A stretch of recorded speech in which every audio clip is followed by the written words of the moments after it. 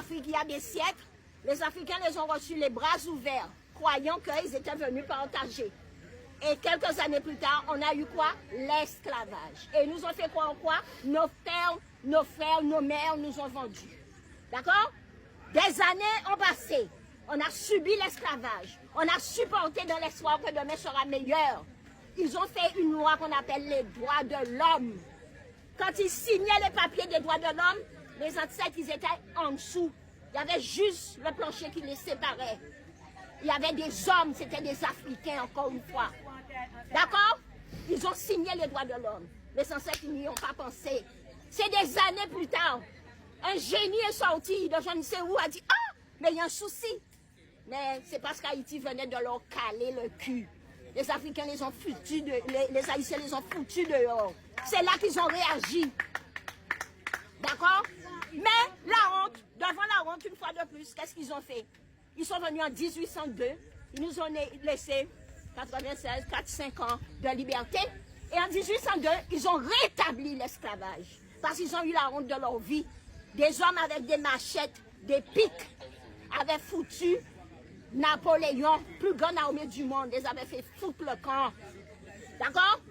Pour punir le peuple haïtien qui pensait être des hommes comme tous les hommes, car ils étaient des hommes comme tous les hommes, on les a obligés à payer le droit à la liberté pendant des années pour appauvrir ce pays.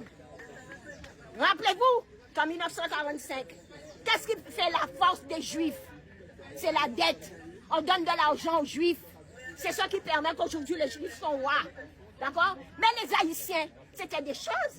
Ils ne valaient rien. C'était de la merde, ces hommes. Pourquoi? La pigmentation de la peau. D'accord? Et donc les Haïtiens, ils ont supporté, ils ont supporté. Ils ont rétabli l'esclavage en 1802. On s'est battu. Nos parents ont fait comme ils pouvaient.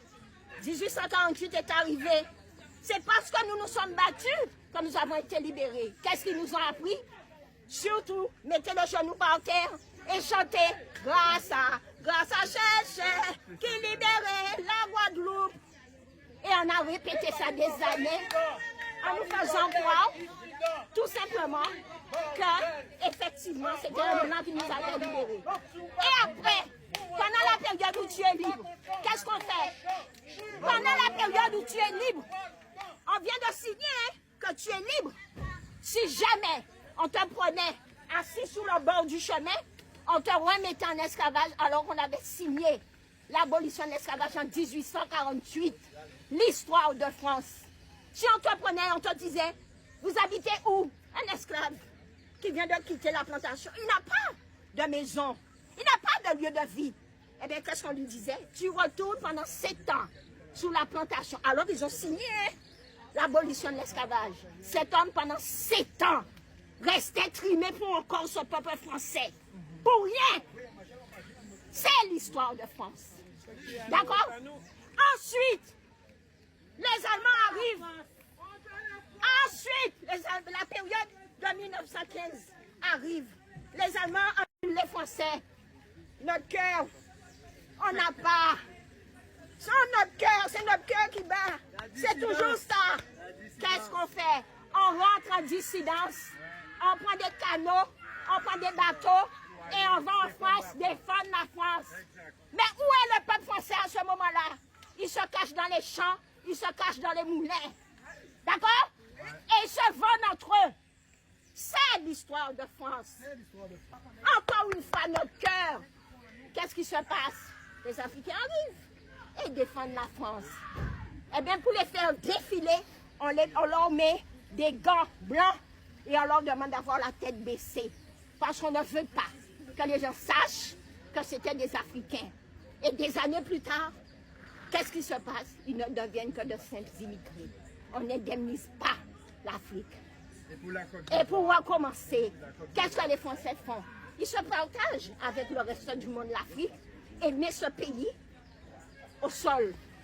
Mais le pire, on nous a toujours fait croire que c'est les Allemands, les Italiens, tout ce que tu veux. Le maître de tout ce complot, c'est la France. En Kanaki, en Afrique, Azerbaïdjan est en train de leur foutre une raclette.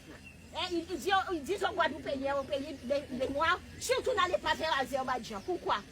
Parce que l'Azerbaïdjan est en train de leur foutre une raclée. La France est en train de dégringoler. Ça, c'est une réalité.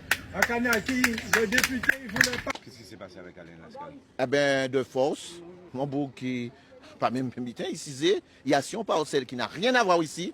Alors, il est à l'extérieur de l'hôtel. Il est à l'extérieur de l'hôtel.